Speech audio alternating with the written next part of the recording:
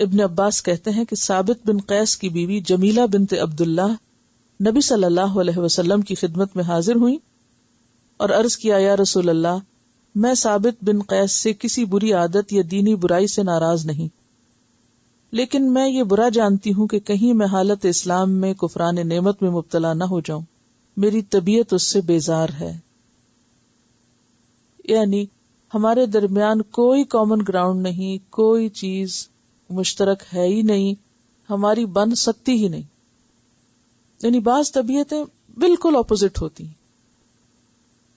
اب یہ ایک عام بات نہیں ہے، عمومی ناپسندیدگی نہیں ہے۔ بعض طبیعتوں میں کیا ہوتا ہے، 50% اتفاق ہے تو 50% اختلاف ہے، 90% اختلاف ہے تو 10%، اور جہاں 100% ہو تو وہاں اس کی رخصت ہے۔ یہ نہیں کہ اگر 10% اختلاف ہو گیا تو انسان کہے سب ختم کرو، کیونکہ دنیا میں کوئی انسان ایسا نہیں ہو سکتا کہ جس سے آپ 100% متفق ہو۔ ہر شخص سے کچھ نہ کچھ اختلاف ہوتا ہے۔ شوہر اور بیوی کا باہم اختلاف بھی بالکل نیچرل بات ہے، کیونکہ دونوں کے مزاج، دونوں کے حالات، دونوں کی نفسیات، دونوں کی جسمانی ضروریات الگ الگ ہوتی ہیں، فرق ہوتی ہیں۔ اور خصوصاً عورت جو ہے وہ مرد سے بایولوجیکلی بھی بہت مختلف ہے، سوچ میں بھی فرق ہے، جذبات میں بھی فرق ہے۔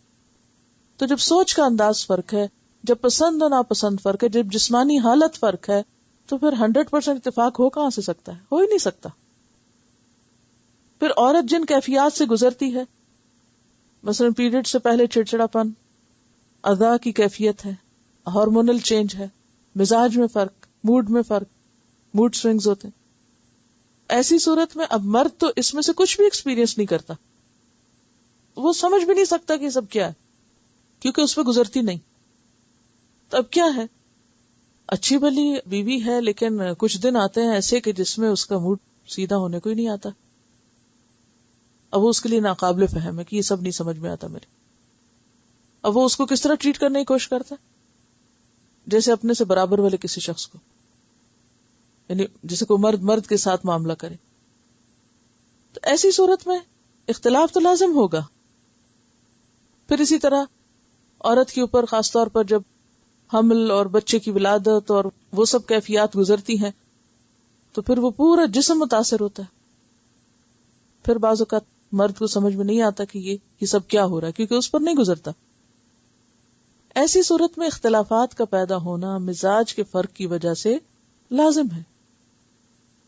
اب آپ دیکھیں، خود عورت کے اندر ایسا چینج آتا ہے کہ وہ چیزیں جو عام دنوں میں اس کو بہت پسند ہوتی، پریگنینسی میں بالکل اچھی نہیں لگتی، کھانا اچھا نہیں لگ رہا، خوشبو اچھی نہیں لگ رہی، آپ کا فیوریٹ پرفیوم آپ کا انتہائی ناپسندیدہ ہو گیا، بہت ساری چیزیں۔ اب کیا ہے، اب لازماً اختلاف ہوگا۔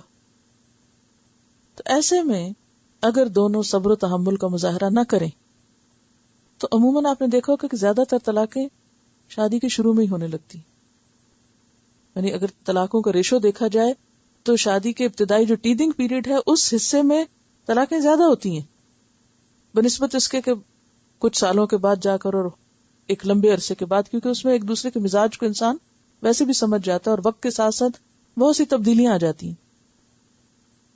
تو یہاں پر یہ ہے کہ ہر انسان کو یہ سمجھنا چاہیے کہ کوئی بھی شخص زندگی کی اونچ نیچ سے خالی نہیں ہے۔ شادی محض ایک سنہرے خوابوں کی تکمیل نہیں ہے، اونچ نیچ ہوگی، اختلافات ہوں گے۔ کچھ لوگ ڈفرینس مینجمنٹ جانتے ہیں، وہ اختلاف کو ختم نہیں کر سکتے لیکن اختلاف کے باوجود اتحاد کا فن جانتے ہیں۔ ہم دونوں کی عادت فرق ہے، اور کسی ایک کو ٹھنڈا اچھا لگتا ہے، وہ گرم اچھا لگتا ہے، اس کو میٹھا اچھا لگتا ہے، اس کو کھٹا اچھا لگتا ہے، اس کو لال اچھا لگتا ہے، اس کو پیلا اچھا لگتا ہے، اس کو فرق فرق فرق فرق ٹھیک ہے، دونوں ساتھ چل سکتے ہیں۔ تم اپنی پسند کا استعمال کر لو، میں اپنے کا، کھانے کے میز پہ بیٹھے تم اپنی پسند کا کھا لو، میں اپنے کا، پہننے میں تم اپنی کا، میں اپنی، لیکن ساتھ چل سکتے ہیں اختلاف کے باوجود۔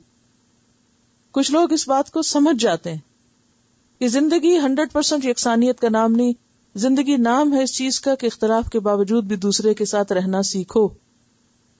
اور اس میں عموماً جب 50-50 یا کچھ اس طرح کا ہو تو اتنا مسئلہ نہیں ہوتا. جب بہت زیادہ فرق ہو جاتا ہے تو پھر عموماً مشکلات پیدا ہوتی ہیں. تو وہ کہتی ہیں کہ بہت اچھے ہیں وہ بھی، لیکن ہمارا مزاج آپس میں نہیں ملتا. اسی طرح حضرت زینب جو تھیں، جو بعد میں حضور صلی اللہ علیہ وسلم کی بیوی بنی، حضرت زید جو تھے وہ غلام تھے، کالے رنگ کے تھے، وہ قریش کے شریف خاندان کی تھی. خاندانی فرق، سوچ کا فرق بہت تھا، عادات کا بھی ظاہر فرق ہوگا، تو ان کی نہیں بنی. حالانکہ انہی خاتون کو اللہ کے رسول صلی اللہ علیہ وسلم سے بیاہا گیا، اللہ تعالیٰ نے خود نکاح کیا. تو یہ تو نہیں تھا کہ حضرت زینب میں کوئی خرابی تھی یا حضرت زید میں. حضرت زید وہ واحد صحابی ہیں جن کا نام قرآن پاک میں آتا ہے، لیکن عادات اور مزاج یا بیک گراؤنڈ کا فرق تھا. لہذا اگر عورت سمجھتی کہ وہ نہیں رہ سکتی تو اس کو پھر طلاق کا حق تو نہیں دیا گیا، خلا کا حق دیا. اگر خلا کے حق میں کیا ہے کہ وہ جو کچھ لے چکی ہے وہ دے کے آزاد ہو جائے. تو وہ کہنے لگی کہ میں ڈرتی ہوں کہ کہیں میں حدود اللہ کو توڑ نہ بیٹھوں. آپ نے فرمایا کیا تم اس کا باغ واپس دیتی ہو جو اس نے تمہیں مہر کے طور پہ دیا ہے؟ وہ بولی ہاں. آپ نے فرمایا اے ثابت اپنا باغ لے لو اور اس کو طلاق دے دو. تو اس میں شوہر کو پھر کہنا ہوتا ہے کہ ہاں میں نے طلاق دی، یا پھر قاضی یا حاکم یا جو بھی ہوگا، عدالت جو ہوگی وہ نکاح فسخ کر دے گی. یہ نہیں کہ بغیر کچھ کہے کہلائے صرف باغ دینے سے واپس طلاق ہوگی، اس میں بھی باقاعدہ ایک طرح سے ڈکلریشن ہوگی. ایسی صورت میں جو عدت ہے وہ 1 مہینہ ہوتی ہے صرف، کیونکہ عورت نے خود طلاق لی ہوتی ہے، یعنی خود خریدی ہوتی ہے طلاق.